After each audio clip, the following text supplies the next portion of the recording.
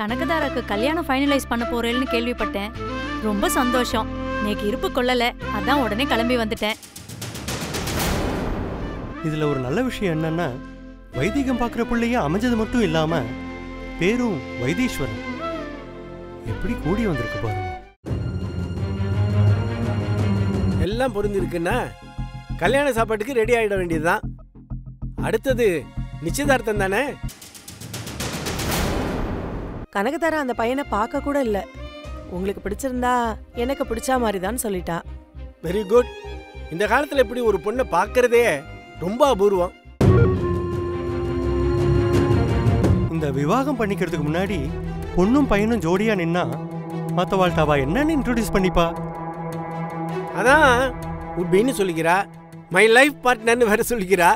அப்படி அறிமுகப்படுத்தினா அந்த உருவுக்கு என்ன பேரு, என்ன அர்த்தம்? எது எப்படியோ கனகதாரா விஷயத்துல நாங்க ரொம்பவே பாக்கியம் பண்ணிருக்கோம்.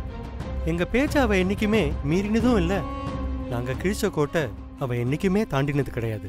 இந்த தடவை நீங்க போட்ட கோட்டை நான் மீற வேண்டியிருக்கு.